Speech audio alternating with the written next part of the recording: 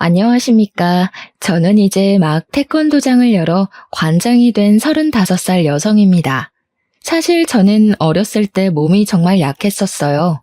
겨울에는 감기를 달고 살았고, 여름에는 걸핏하면 장염에 걸려서 매주 병원을 갔다고 해도 과언이 아닐 정도로 몸이 유독 약했습니다. 이런 저를 걱정하시던 부모님은 제가 체력과 면역력을 길러야 한다며 태권도를 보내셨어요. 그 태권도는 동네 다른 태권도와는 다르게 여자 관장님이 계셨는데 그 관장님이 저를 유난히 예뻐해 주셨습니다. 저는 그 관장님이 참 멋져 보였고 나중에 반드시 태권도 관장이 되어야겠다고 다짐했어요. 그래서 열심히 태권도 수련을 했고 그 결과 지금은 태권도 관장까지 하게 되었답니다.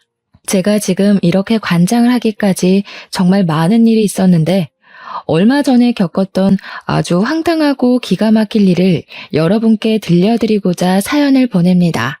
먼저 우리 부모님은 동네에서 꽤 크고 유명한 한정식집을 하고 계세요. 부모님이 운영하시는 한정식집은 맛도 좋고 분위기도 좋아서 상견례나 중요한 모임을 할 때 많이 예약하십니다.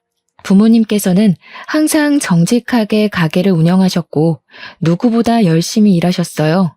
그래서인지 우리 집은 어릴 때부터 부유했고 외동딸이었던 저는 부모님의 사랑을 듬뿍 받으며 남부럽지 않게 자랐습니다. 지금부터 2년 전, 그때는 태권도장을 열기 전이었어요. 원래는 근처 다른 지역에서 대학 선배를 도와 태권도 사범으로 일했는데 대학 선배가 집안 사정상 지방으로 내려가게 되면서 태권도장 문을 닫게 되었습니다. 저는 바로 다른 태권도의 사범 자리를 알아봤지만 생각보다 일이 빨리 구해지지 않았어요. 그래서 당분간은 일을 구하며 부모님 식당에서 부모님을 도와드리고 있었습니다. 하루는 식당에 있는데 부모님이 웬 가족 손님과 엄청 반갑게 인사를 했어요. 가까이 가보니 내 가족이었는데 아버지, 어머니로 보이는 분들과 30대 정도로 돼 보이는 아들, 그리고 5살 정도 돼 보이는 귀엽게 생긴 남자아이, 이렇게 넷이 있었습니다. 오래 근무하신 직원분의 말로는 이분들은 단골 손님으로 우리 집 근처에서 잘 나가는 태권도장을 가족끼리 운영하고 있다고 했어요. 엄마는 손님들과 인사하시다가 저를 발견하시고는 와보라고 손짓을 하시더니 우리 딸도 태권도 사범이라고 하며 태권도장 가족에게 인사를 시켜주셨습니다.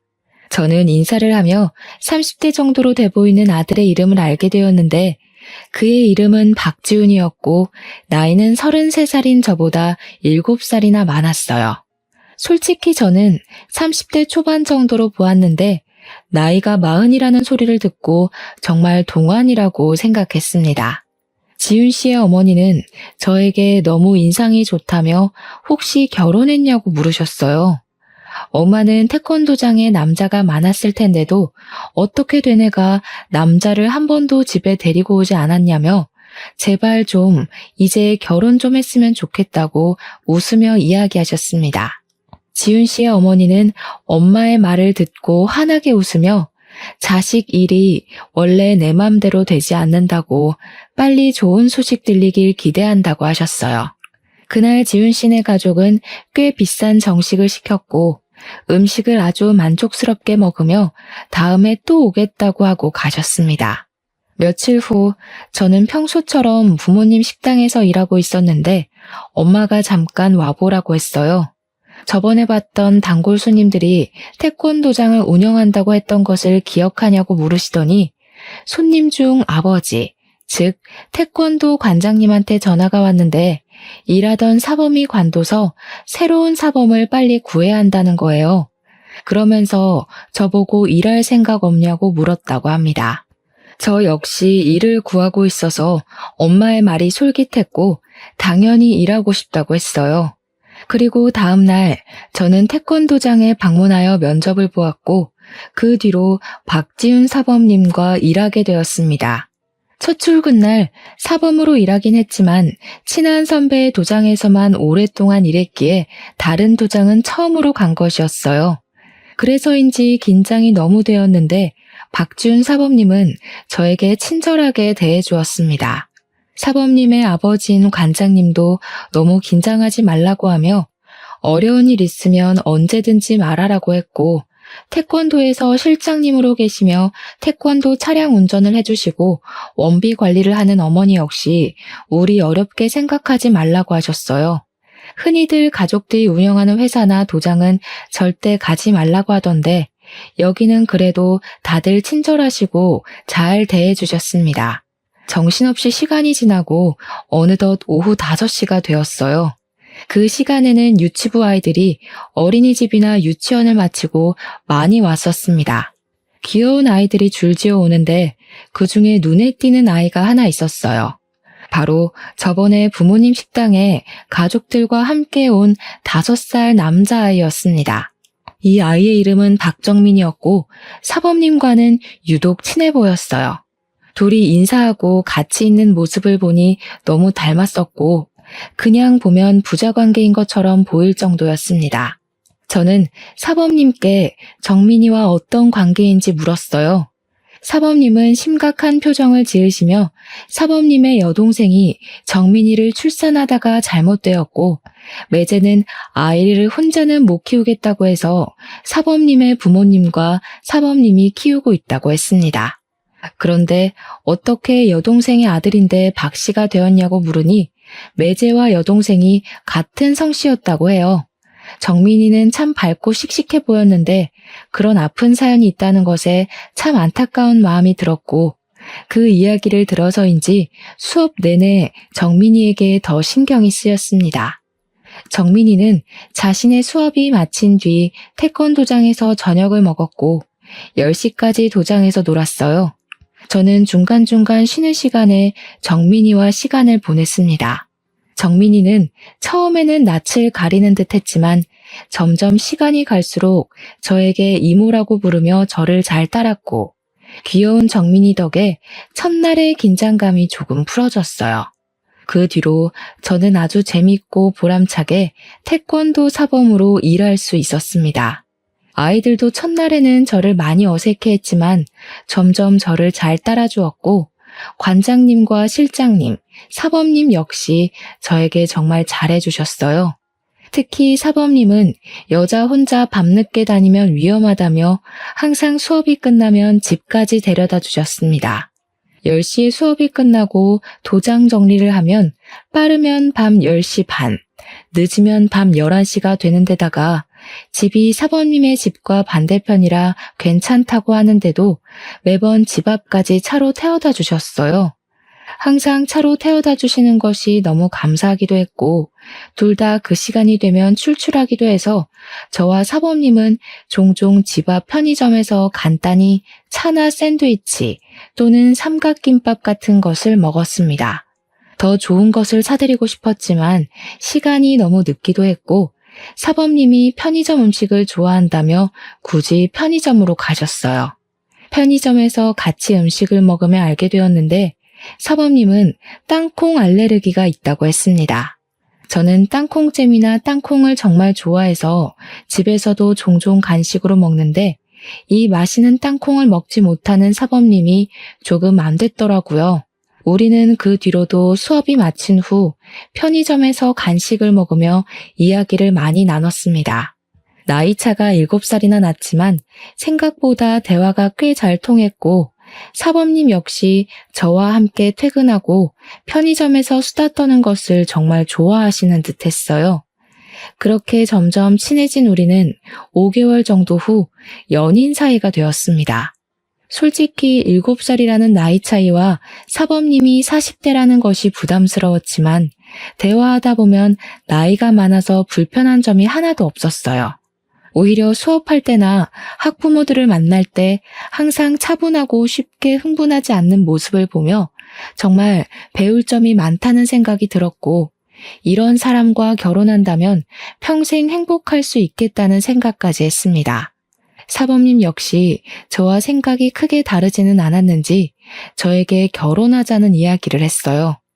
제 나이 역시 적은 나이는 아니었기에 우리는 결혼을 생각하고 관장님, 실장님, 그리고 우리 부모님께도 말씀드리기로 했습니다. 먼저 관장님과 실장님께 말씀드렸더니 사실 눈치채고 있었다면서 평소에도 종종 둘이 결혼했으면 좋겠다는 생각을 하셨다고 해요. 그러면서 앞으로 잘 만나보라고 적극적으로 응원해 주셨습니다. 또한 두 분은 도장이 아닌 밖에서는 관장님을 아버지로, 실장님을 어머니로 불러달라고 하셨고, 두 분 역시 이제 도장 밖에서는 저를 며느리라고 부르기로 하셨어요. 며칠 뒤 우리 부모님께도 인사를 드리러 갔습니다. 사실 우리 부모님은 제가 하는 일에 크게 반대를 하신 적이 없으셨고 항상 제 생각과 의견을 적극적으로 지지해 주셨기에 이번에도 당연히 그러실 줄 알았어요. 그런데 첫 인사 후 엄마가 저에게 진짜로 결혼할 생각이 있냐고 물으셨습니다. 그래서 저는 당연히 결혼할 생각으로 만나고 있다고 했어요. 엄마는 솔직히 그다지 좋지는 않네. 아무래도 7살이나 위라는 것도 마음에 걸리고 뭔가 인상이나 느낌이 그다지 좋지가 않아. 뒤로 꿍꿍이가 있는 것 같은 느낌이야. 주은아, 엄마가 아무래도 불안해서 그런데 일단은 결혼은 하지 말고 조금 더 생각해보는 건 어떻겠니? 아니야. 내가 지난 5개월 동안 보니까 사범님 아이들에게도 잘하고 학부모님들 사이에서도 인기도 꽤 많아. 수업할 때 보면 사람도 차분하고 겪어볼수록 괜찮은 사람이야. 엄마가 식당 운영하면서 별의별 사람들을 다 봐서 사람 하나는 기막히게 보는 것 알지? 한번 엄마 믿고 조금만 떨어져서 다시 봐봐. 뭔가 느낌이 싸한 게 좋지 않아. 엄마는 자꾸 예비 남편의 느낌이 좋지 않다며 결혼은 조금 더 신중히 결정하라고 하셨습니다. 저는 사실 그런 엄마가 이해가 잘 되지 않았고 괜한 걱정을 하고 있다고 생각했어요. 엄마는 저와 예비 남편의 사이를 반대했지만 저와 예비 남편은 그러면 그럴수록 더 사이가 돈독해졌습니다. 예비 시부모님 역시 태권도장에서 매일 보며 저를 정말 한 식구처럼 대해주셨어요. 그러던 어느 날이었습니다. 예비 시어머니와 예비 남편이 도장에서 필요한 물품들을 사러 잠시 나갔고 도장에는 저와 예비 시아버지 둘이 있었어요. 예비 시아버지와 이런저런 이야기를 나누다가 정민이 이야기가 나왔습니다. 우리 둘째 아들이 사고만 안 났어도 정민이가 더 씩씩하게 자랐을 텐데 내가 못해준 게 많아서 그저 안타까울 따름이야. 예비 시아버지는 둘째 아들이 사고를 당했었다는 식으로 말씀하셨습니다. 분명히 예비 남편이 정민이가 여동생의 아들이라고 했고 출산하다가 잘못되었다고 했는데 예비 시아버지는 아들이라고 하니까 이상했어요. 둘째 아들이라고요? 저번에 지윤 씨는 여동생이 있었다고 말했는데. 아, 맞다. 그랬지 참. 그때 사고를 당한 것이 너무 충격이라 내가 이렇게 깜빡해. 그런데 사고를 당했다고요? 혹시 무슨 사고요? 자동차 사고란다. 아유, 이 이야기는 더는 하기 힘들구나. 얼른 수업 준비하자. 예비 시아버지와 예비 남편은 예비 남편의 동생에 대한 말이 달랐고 황급히 말을 돌리려고 하는 예비 시아버지의 모습도 뭔가 수상했습니다. 저는 예비 남편에게 퇴근하며 확실히 물어봐야겠다고 생각했어요. 예비 시아버지와 대화를 마친 후 도장을 청소하려는데 예쁘게 생긴 여자아이와 엄마가 태권도에 등록하러 왔습니다. 그 여자의 이름은 김민희였어요. 민희 엄마가 관장님인 예비 시아버지와 대화를 마친 후 태권도를 등록했습니다. 저는 민희와 반갑게 인사하며 수업 시간에 만나자고 이야기하고 돌아섰는데 그때 예비 남편과 예비 시어머니가 같이 도장으로 왔어요. 그런데 예비 남편이 민희 엄마에게 아주 반갑게 인사를 하는 것이 아니겠어요? 예비 시어머니도 처음에는 못 알아보는 듯 했다가 예비 남편이 알려주자 그 어린아이가 벌써 결혼하고 아이까지 있냐며 반가워하셨습니다. 예비 남편은 뒤에 서 있던 저를 부르더니 민희 엄마가 초등학교 동창으로 옆집에 살며 부모님끼리도 친하게 지내던 사이였다고 했어요. 그리고 민희 엄마에게는 저를 태권도 사범님이자 결혼할 사람이라고 소개했습니다. 민희 엄마는 둘이 아주 잘 어울린다고 하며 여자 사범님이 있어서 더 편하고 마음이 놓인다고 했어요. 저는 미니 엄마께 인사 후 수업에 들어갔습니다. 그날도 모든 수업을 무사히 마치고 예비 남편은 항상 그랬듯 저를 집까지 데려다 주었어요.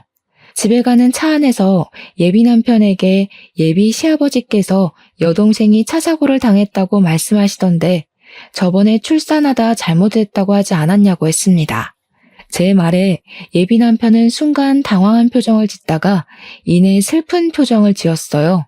그러더니 사실은 아기를 낳으러 가는 길에 차 사고가 났다고 했습니다. 그러면서 여동생에 관한 이야기는 집에서 금기어니 절대 하지 말라고 했어요. 부모님이 한동안 정말 죽을 정도로 힘들어하시다가 여동생의 사진이며 흔적을 모두 다 지우고 이제야 마음 잡으셨으니 괜히 이야기 꺼내지 말라고 신신당부를 했습니다. 흔히들 아내나 남편, 부모를 잃은 사람을 일컫는 말은 있지만 자식을 잃으면 너무 슬프고 고통스러워서 차마 부를 수 있는 말이 없다고 하잖아요. 저는 그 말을 떠올리며 예비 남편에게 충분히 그 마음이 공감된다고 하며 예비 시부모님 앞에서 동생에 관한 이야기는 절대 꺼내지 않겠다고 했습니다. 그렇게 2개월이 지났어요. 2개월 동안 저는 계속 사범으로 일하고 있었고 부모님은 여전히 예비 남편을 곱지 않은 시선으로 보고 있었습니다. 그리고 변화가 있다면 제가 미니 엄마와 친해졌어요. 미니 엄마는 매일 수업이 끝나고 미니를 데리러 도장에 오셨는데 그때 오며 가며 인사하고 한마디씩 하다가 친해졌고 서로 자연스레 연락처도 주고받게 되었습니다. 하루는 미니 엄마와 이야기를 나누다가 제 결혼 이야기가 나왔어요. 결혼 준비는 잘 돼가요? 우리 실장님 옛날에 나만 보면 딸이 없어서 딸 삼고 싶다고 하시더니 정말 딸 같은 사범님이 며느리가 되어서 좋으시겠네. 미니 엄마가 처음 이 말을 했을 때는 아이들도 있고 해서 그냥 인사치레이겠거니 했는데 미니 엄마가 가시고 곰곰이 생각해보니 뭔가 이상했습니다. 예비 남편과 예비 시아버지는 정민이가 예비 남편의 여동생의 아들이라고 했잖아요. 이 말은 예비 시어머니에게 딸이 있었다는 말인데 어린 시절을 예비 남편과 함께 보낸 미니 엄마는 딸이 없었다고 말을 했습니다. 저는 확실히 알아봐야겠다는 생각에 쉬는 시간에 예비 남편 몰래 미니 엄마에게 전화했어요. 먼저 미니에 대해 알려드릴 것이 있다며 미니의 수업 태도를 칭찬한 후 예비 남편에게 여동생이 있었다고 들었는데 맞는지 물었습니다. 여동생은 무슨 여동생이에요? 지훈이 외동아들이라서 형제 있는 친구들을 많이 부러워했어요. 우리 반 친구들이 다들 둘, 셋 형제가 있었는데 지훈이만 유일한 외동아들이라 확실히 기억해요. 나는 맨날 언니랑 싸워서 혼자인 지훈이가 정말 부럽기까지 한걸요. 미니 엄마는 끝까지 지훈이가 외동아들이라 했고 저는 이 모든 상황이 이상했습니다. 왜 예비 시아버지와 예비 남편은 없는 동생을 만들어서 있다고 하는 것이며 동생이 없다고 한다면 정민이는 도대체 누구의 아들이라는 것인지 하는 의문이 들었어요. 이상하다는 생각을 하며 사무실로 가니 정민이와 친구들이 도장에 도착해 도복을 갈아입고 간단한 군것질을 하고 있었습니다. 그런데 제가 잠시 다른 곳을 보던 사이 정민이가 캑캑거리고 있었어요. 가까이 가서 정민이의 상태를 보니 정민이의 몸에 두드러기가 나 있었습니다. 정민이와 함께 있었던 친구들은 정민이가 초코바를 먹고 이렇게 되었다고 했어요.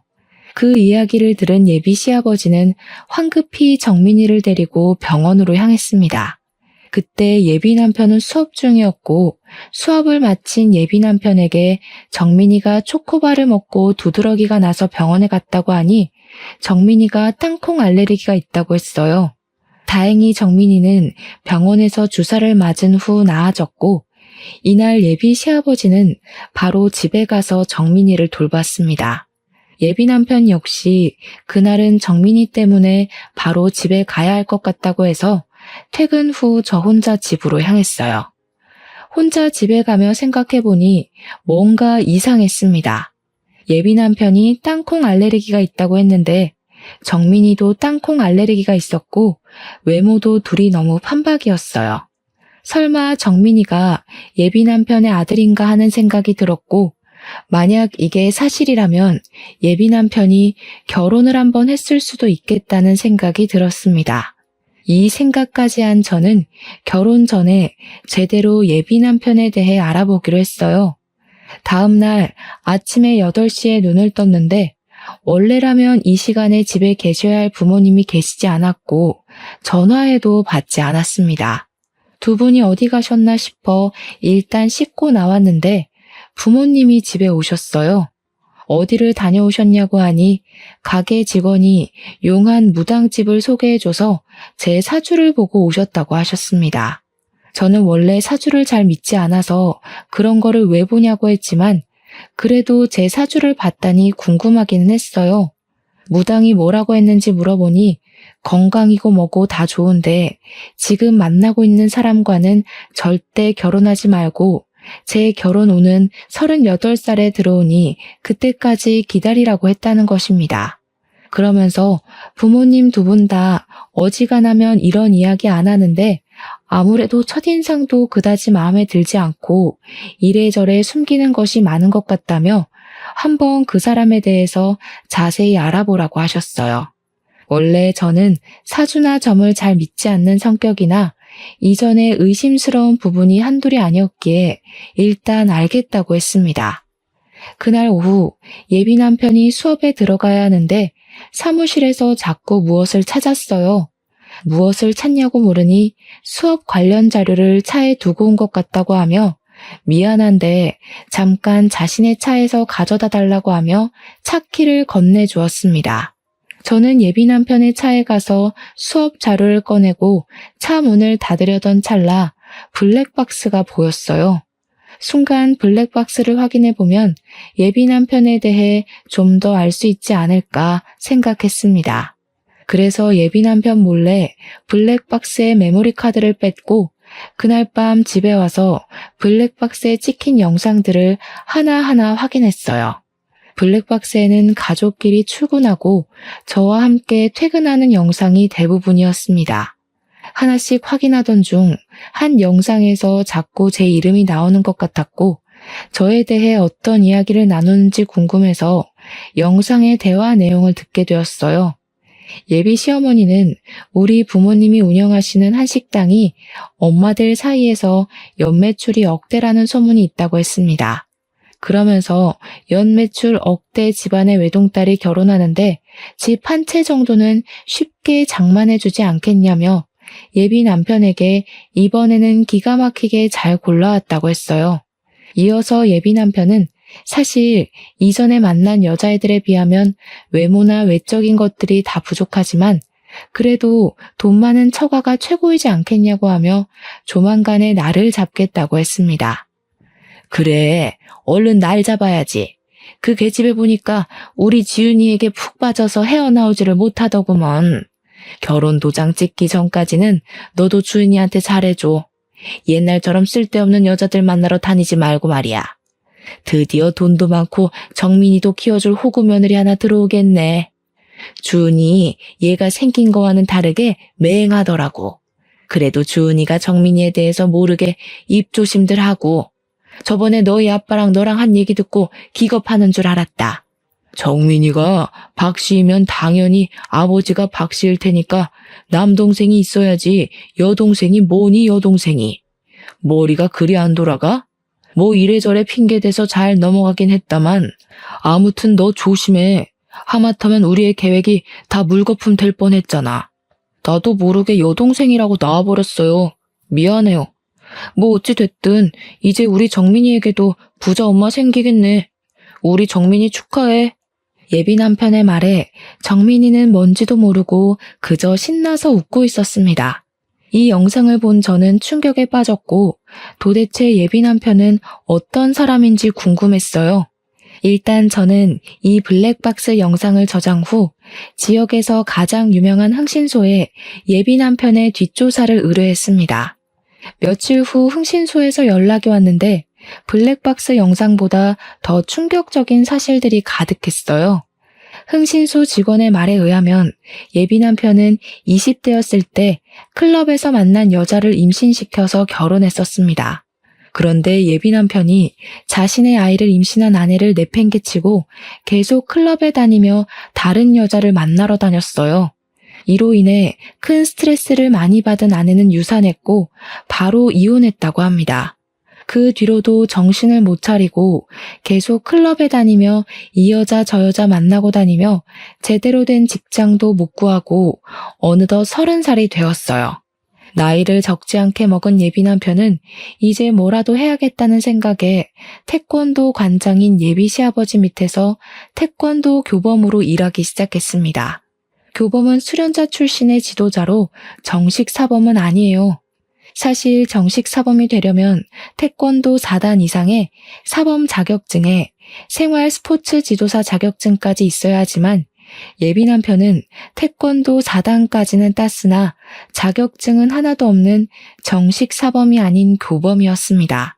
이렇게 30살에 예비 시아버지 덕에 태권도 교범이 된 예비 남편은 한동안은 정신 차리고 열심히 일하는 듯 했지만 1년 정도 후부터 다시 클럽에 다니며 이 여자 저 여자를 만나러 다니기 시작했어요.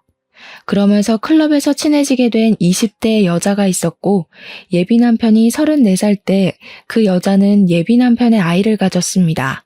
덜컥 임신이 되어버린 여자는 일단 아이를 낳아야겠다는 생각에 혼인신고나 결혼식 없이 동거를 시작하게 되었어요.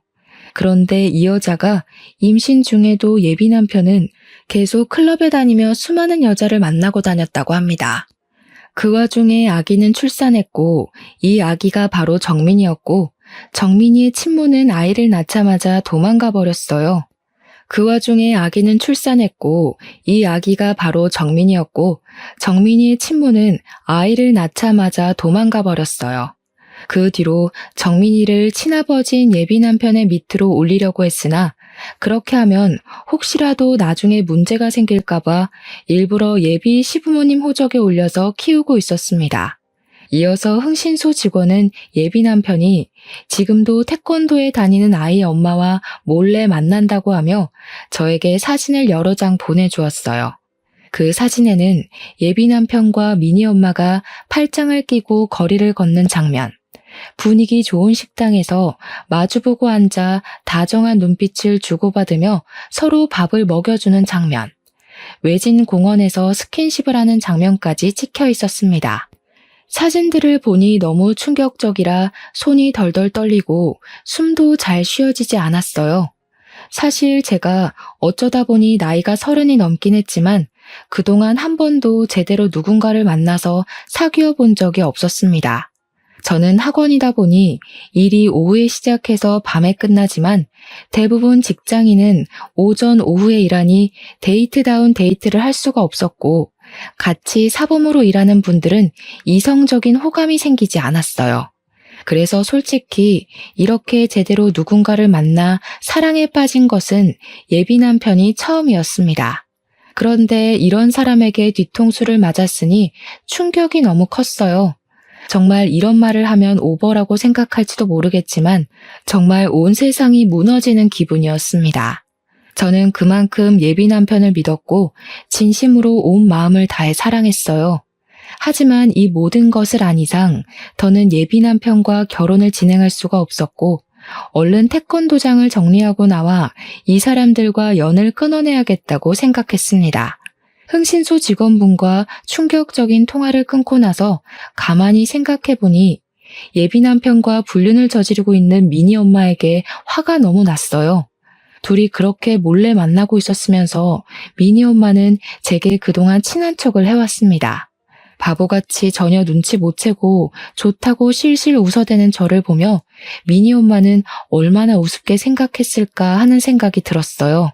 다음 날, 그날은 토요일이었지만 초등학교 저학년생들을 대상으로 레크레이션을 하는 날이라 출근을 해야 했습니다. 저는 태권도에 먼저 가서 아이들을 맞이할 준비를 하는데 미니가 엄마 손을 붙잡고 도장해 왔어요. 우리 태권도장 며느리 일찍 오셨네요. 부지런해서 관장님이랑 실장님이랑 정말 좋아하시겠다. 물론 우리 사범님도 정말 부럽고요. 지훈이가 어릴 때부터 참 착하고 재밌고 인기도 많았죠. 사범님은 좋겠어요? 멋진 지훈이랑 결혼해서. 그럼 오늘도 우리 미니 잘 부탁드려요. 미니 엄마가 이 말을 하고 가는데 이전에는 그냥 좋은 이야기이겠거니 했지만 모든 사실을 다한 지금은 저를 비꼬고 놀리는 소리로밖에 들리지 않았습니다. 너무 화가 난 저는 예비 남편과 관장님이 오기 전에 아이들이 처음 왔을 때 작성하는 서류 뭉치에서 미니의 서류를 찾았어요. 그곳에는 미니의 엄마뿐 아니라 아빠의 연락처가 적혀 있었거든요. 저는 일단 미니 아빠의 핸드폰을 저장했습니다. 그리고 미니 아빠에게 흥신소에서 받은 미니 엄마와 예비 남편이 함께 찍힌 사진을 보내려고 했어요. 사진을 막 보내려는 순간 미니가 너무 해맑은 모습으로 제게 와서 사범님 뭐 하시냐고 물었습니다. 그런 미니의 모습을 보니 제가 지금 이 사진을 보내면 미니가 상처를 너무 많이 받을 것 같았어요. 그래서 일단은 그렇게까지는 하지 않았고 대신 카페에서 미니 엄마, 예비 남편, 그리고 저 이렇게 셋이서 대화를 나누고 끝내야겠다고 생각했습니다. 마음 같아서는 사람들이 없는 으슥한 곳에서 그 둘을 아주 완벽히 요절내버리고 싶었지만 그래도 그것은 사람으로서 그리고 체육인으로서의 도리는 아닌 것 같아 그런 마음은 애써 접어두었어요. 그날 오후 태권도 레크레이션 행사가 마치고 저는 예비 남편에게 진지하게 할 말이 있으니 태권도 근처 카페로 가자고 했습니다. 그리고 미니 엄마에게도 미니에 대해 급히 할 말이 있으니 별일 없으면 태권도 근처 카페로 나오라고 했어요. 예비 남편은 평소와는 다르게 잘 웃지도 않고 무표정인 저에게 무슨 일이 있냐고 물었습니다. 저는 예비 남편에게 지금은 아무 말도 하지 않고 일단 조용히 있으라고 했어요. 잠시 후 카페에 미니 엄마가 왔습니다. 미니 엄마는 처음에는 제 모습만 보고 미니에게 무슨 일 있냐고 했다가 제 앞에 앉은 예비 남편을 보고 놀란 표정을 지었어요. 일단 박지훈 사범, 아니지, 교범 옆에 앉으시고 우리 이제 진실을 이야기해 볼까요? 두 분, 이 사진 좀 보세요. 저는 흥신소에서 받은 사진들을 예비 남편과 미니 엄마에게 보여주었습니다. 둘은 제가 내민 사진을 보고 크게 당황해했어요. 주은아, 그니까 이 사진이 어떻게 된 거냐면 말이야. 말했잖아. 나랑 얘랑 초등학교부터 동창이라고. 그래서 허물없이 거의 가족처럼 지냈었어. 그냥 그뿐이야. 그리고 얘는 이미 남편도 있고 미니도 있는데 내가 어떻게 얘한테 다른 마음을 먹겠어. 게다가 내게는 하나뿐인 주은이도 있는데 겨우 나랑 얘랑 친하게 밥 먹는 것 가지고 그랬던 거야? 에이, 난 또 뭐라고. 오해 풀어 주은아. 예비 남편은 별거 아니라는 표정을 지으며 아주 태연하게 변명을 늘어놓았습니다. 그래서 이번에는 저번에 저장했던 블랙박스 동영상을 보여주었어요. 동영상에서 자신이 가족들과 대화한 내용을 듣던 예비 남편은 연겁 후 물을 마시며 초조해하는 모습을 보였습니다. 너는 여동생이 있었다 하고 아버님은 남동생이 있었다는데 너 옆에 있는 미니 엄마 아니지? 너 상간녀는 네가 동생이 없었다잖아. 게다가 정민이는 너와 붕어빵에 너랑 똑같은 땅콩 알레르기까지 있는 게 너무 수상쩍더라고. 그래서 몰래 너 뒷조사를 했더니 아주 가관이더라. 20대, 30대를 여자 만나고 임신시키며 아주 청춘을 뜨겁게 불태웠던데 어쩜 그렇게 감쪽같이 속일 수 있어? 그리고 정민이도 네 아들이잖아. 뭐야? 네가 그걸 다 어떻게 알았어? 아니야, 다 거짓이야. 거짓은 무슨, 증거가 이렇게 차고 넘쳤는데 어디서 발뺌을 하려고 그래. 재벌은 걔 못 준다더니 40대가 된 지금도 여전히 불륜을 저지르고 있고 대단하다. 정말 대단해. 미니 엄마도 이런 사실 다 아세요? 이러든 저러든 뭐 어때? 우리가 서로 좋기만 하면 그만이지. 안 그래? 네가 뭐 어찌할 건데? 서로 사랑하는 것도 죄야? 죄냐고. 와, 어쩜 이렇게 다 들통나도 뻔뻔하실까. 미니에게 이런 사실 다 알게 하려다가 말았어요. 착하고 여린 미니가 상처받을까 봐요. 저는 카페라서 최대한 조용히 이야기하려고 했지만 미니 엄마가 너무 흥분한 나머지 큰 소리로 저에게 서로 사랑하는 게 죄냐며 말하는 통에 카페에 있던 사람들이 예비 남편과 미니 엄마가 불륜 관계임을 알게 되어 버렸습니다. 예비 남편은 이런 이야기를 하려면 사람이 없는 데서 해야지 왜 이렇게 사람들이 많은 카페로 왔냐고 하며 얼굴을 필사적으로 가리려고 했어요. 사람 없는 데로 가면 내가 눈 돌아가서 너네 두 연놈들 요절을 낼 것 같아서 그랬다. 난 그래도 최대한 너네들에게 신사적으로 말하려고 했는데 모든 산통을 깬 것은 바로 너네야. 우리 이렇게 끝내.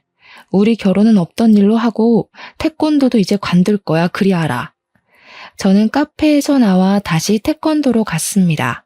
태권도에는 예비 시부모님이 있었고 저는 예비 신부님에게 정민이의 실체부터 예비 남편의 실체까지 모든 사실을 다 알았으니 파혼하고 서로 불편하니 태권도도 더는 나오지 않겠다고 했어요. 그러나 예비 시부모님은 오해라고 하며 저를 필사적으로 붙잡았고 그러던 중에 예비 남편이 태권도장으로 왔습니다. 이렇게 아무 대책 없이 관둬버리면 당장 수업은 어쩌라고.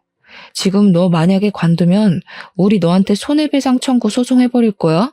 손해배상 청구? 웃기고 자빠졌네. 그래, 어디 해봐. 우리 집 한식당으로 돈 많이 버는 거 알지? 그럼 나는 최고의 변호인단 꾸려서 너랑 네 상간녀 그리고 단체로 나를 속인 너희 부모까지 상대로 소송 넣을 거야. 어디 그뿐인 줄 아니? 이 동네 모든 맘카페며 지역에 너에 대한 소문 쫙 퍼뜨려서 다시는 이 동네에서 얼굴 못 들고 다니게 할 거야. 그럼 내가 더 타격이 클까? 네가 더 타격이 클까? 어디 한번 네 대가리 한번 잘 굴려봐. 저는 끝까지 뻔뻔한 예비 남편에게 환멸을 느끼며 태권도장에서 나왔습니다. 그리고 집에 가서 부모님께 모든 사실을 말씀드리고 지금 한바탕 싸우고 파혼하고 오는 길이며 이제 그 태권도장에서 일하지 않을 것이라고 했어요. 부모님은 정말 잘 생각했다고 하시며 한동안 많이 힘들겠지만 마음 잘 추스르라고 하셨습니다. 그 뒤로 저는 근처에 다른 태권도장으로 가려고 했는데 이상하게 이력서를 내도 아무 곳에서도 연락이 오지 않았어요. 당장 돈이 급한 것은 아니었지만 태권도 사범일이 너무 재밌어서 계속 일하고 싶은데 오라는 연락이 없으니 참 속상했습니다. 하루는 사범을 구하고 있던 집 근처 태권도장에 이력서를 들고 무작정 찾아갔어요. 그 태권도 관장님은 제가 사범으로 일하고 싶다고 하자 반가워하시더니 제 이력서를 보고는 같이 일 못하겠다고 하셨습니다. 도대체 제가 어떤 점이 마음에 안 드시냐고 했더니 하시는 말씀이 사실은 직전에 근무한 태권도 관장, 즉 전 예비 시아버지가 이 지역 모든 태권도 학원에 저에 대한 이상한 소문을 냈다고 해요. 그 소문은 제가 이 남자 저 남자 만나고 다니는 꽃뱀이니까 젊은 남자 사범들이 있는 태권도에서는 절대 저를 채용하지 말라고 했다는 것입니다. 게다가 자기 기분이 좋지 않으면 아무 말 없이 그냥 간둬버린다는 소문까지 퍼뜨렸고 이 소문을 들은 지역의 관장님들이 제 이름과 제가 근무했던 직전 태권도만 보고 다들 채용을 하지 않았던 것이에요. 관장님의 이야기를 들으니 정말 피가 거꾸로 솟는다는 기분이 어떤 의미인지 알 것 같더라고요. 저는 솔직히 한동안 진심으로 사랑했던 사람이었기에 그냥 깔끔하게 파혼으로 끝내려고 했습니다. 그런데 전 예비 남편과 그 가족들은 온갖 추잡한 방법으로 뒤에서 저를 욕먹이고 있었어요. 세상에 그 어떤 말로도 표현이 안 될 정도로 화가 잔뜩 난 저는 가만히 있을 수 없었습니다. 저는 제가 속한 지역 태권도 협회 카페에 들어가 저의 전 예비 남편에 대한 모든 사실을 올렸어요. 20대부터 클럽에 다니며 이 여자 저 여자 만나 2번이나 임신시킨 사실부터 아이를 낳고 그 아이를 자신의 부모님 호적에 올린 것, 그리고 지금도 여전히 학부모와 불륜을 저질러서 파혼당해놓고 저를 파렴치한 인간으로 만든 것까지 모든 사실을 글로 적었습니다. 또한 제가 이력서를 냈던 태권도장에 찾아가 모든 사실을 태권도 관장님들께 말씀드렸어요. 관장님들은 이런 일이 있을 줄은 꿈에도 몰랐다며 단순히 소문만 듣고 오해해서 미안하다고 하셨습니다. 그런데 나에 대한 안 좋은 소문은 이게 다가 아니었어요. 제가 다른 태권도를 돌아다니며 저에 대한 오해를 풀 때 웬 아이 엄마가 제 얼굴을 보고 놀라하며 아주 못마땅한 얼굴로 위아래를 훑으셨습니다. 저는 처음 보는 사람이 저를 아주 기분 나쁘게 쳐다보니 어이가 없어서 혹시 저를 아시느냐고 물었어요. 대화를 나눠보니 그 엄마는 바로 미니 엄마와 알던 사이였는데 미니 엄마가 저에 대한 이상한 소문을 엄마들 사이에 퍼뜨리고 다녔더라고요. 그래서 이미 그 태권도장 엄마들은 저를 아주 평소 행실이 좋지 않은 질 나쁜 사범으로 알고 있다고 했습니다. 저는 그래도 미니를 생각해서 조용히 넘어가려고 했는데 그렇게 더럽고 추잡스럽게 나오는 미니 엄마도 그냥 두면 안 되겠다는 생각이 들었어요. 일단 미니 아빠 번호로 제가 가지고 있던 예비 남편과 미니 엄마의 다정한 사진을 보냈습니다. 그리고 제 핸드폰에 저장되었던 태권도장 아이들의 엄마에게 현재 미니 엄마가 퍼뜨리고 다니는 소문은 다 거짓이고 사실은 태권도 사범과 미니 엄마가 불륜을 저질렀다고 하며 사진을 보냈어요. 그리고 그 주 주말 식당에서 부모님을 도와 일하고 있는데 전 예비 시부모님, 전 예비 남편, 그리고 미니 엄마까지 나란히 왔습니다. 어서 오세요. 어디 불륜 모임이라도 하러 오셨나 봐요? 저기 화장실 앞자리에 가서 앉으시던가요? 이 인연이 정신 나갔어? 그 사진들을 미니 아빠한테 보내면 어떡해? 우리 미니가 받을 상처는 생각 안 해봤어? 네가 그러고도 애들을 가르치는 사범이야? 우리 미니 상처받아서 요새 나랑 말도 안 해. 애가 웃지도 않고 그저 죽을 상이라고.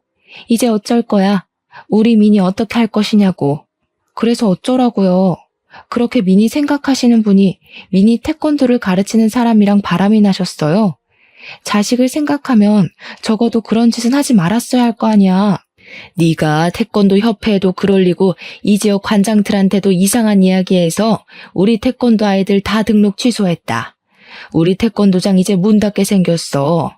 평생을 태권도 하며 살아왔는데 우리 가족 이제 뭐 먹고 살아? 아줌마네가 저지른 일 때문에 이렇게 됐는데 왜 저한테 그러세요? 저 그래도 한동안 가족처럼 생각했던 사람들이었으니 조용히 넘어가려고 했는데 가만히 있으니 다들 저를 아주 개코딱지로 보셨나 봐요. 당신네 아들이랑 당신네가 작정하고 과거 많고 친아들까지 속이며 결혼시키려고 해놓고서는 왜 여기 와서 저한테 시비이고 난리이신데요? 나 참 어이가 없어서. 아, 됐고 여기 매출 올려줄 거 아니면 나가요. 계속 이런 식이면 영업 방해죄로 확 신고해버릴 겁니다. 제 말에도 이 사람들은 나가려는 생각이 전혀 없었고 결국 저는 경찰에 신고해서 이들을 쫓아냈습니다. 그 후 이들은 어떻게 되었는지 아세요? 일단 그들이 운영했던 태권도장은 문을 닫았습니다. 제가 보낸 메시지들을 본 엄마들은 전 예비 남편에게 대놓고 손가락질을 하며 비난했고 당연히 모든 아이가 등록 취소하고 환불 요청까지 했다고 해요. 태권도장은 수강하는 아이들이 있어야 운영이 되는데 아이들이 하나도 없으니 운영이 어려워 문을 닫을 수밖에 없었겠죠. 그리고 더럽고 추악한 지난 과거가 낱낱이 폭로된 그들 가족은 이 지역에서는 고개 들고 못 살게 될 지경까지 이르렀고 결국 아무도 모르게 그 가족 모두 이 지역을 떠났다고 합니다. 또한 사랑하는 것이 죄냐며 불륜 앞에서도 당당했던 미니 엄마는 미니 아빠와 이혼하고 미니는 아빠와 함께 살고 있다고 해요. 친권을 빼앗기고 유책 배우자가 되어 위자료에 양육비까지 주며 거지같이 살고 있다고 합니다. 저는 모든 오해를 푼 뒤 부모님의 가게에서 일했으나 여전히 태권도를 가르치고 싶은 생각이 있었어요. 그래서 부모님의 도움을 받아 태권도장을 차렸습니다. 전 예비 남편의 태권도 학원이 망하고 마땅한 태권도 학원이 근처에 없어서인지 제가 연 태권도장에 아이들이 제법 많이 등록했어요. 그 중에는 전 예비 남편의 태권도에 다니던 아이들도 있었습니다. 그 아이들의 엄마들은 저를 알아보고 옛날에 오해해서 미안했다고 먼저 사과도 하시더라고요. 아무튼 그 뒤로 저는 엄마들의 신뢰를 받으며 지금까지 아주 잘 태권도장을 운영하고 있답니다. 전 예비 남편과 그의 가족들에게 뒤통수를 제대로 맞고 나름의 복수를 하기는 했지만 사실 마음이 완전히 좋지만은 않아요. 이 일로 정민이는 살던 곳을 벗어나 다른 지역으로 가야만 했고 민이는 더는 아빠 엄마와 함께 살지 못하게 되었기 때문입니다. 부디 정민이와 민이가 새로운 환경에 빨리 적응해서 멋지고 당찬 어른으로 자라기를 간절히 기도할 뿐이에요. 제 사연을 들은 여러분의 인생에는 항상 좋은 일만 가득하시길 바라며 저의 이야기는 이제 마무리 지으려고 합니다. 긴 이야기 들어주셔서 감사합니다.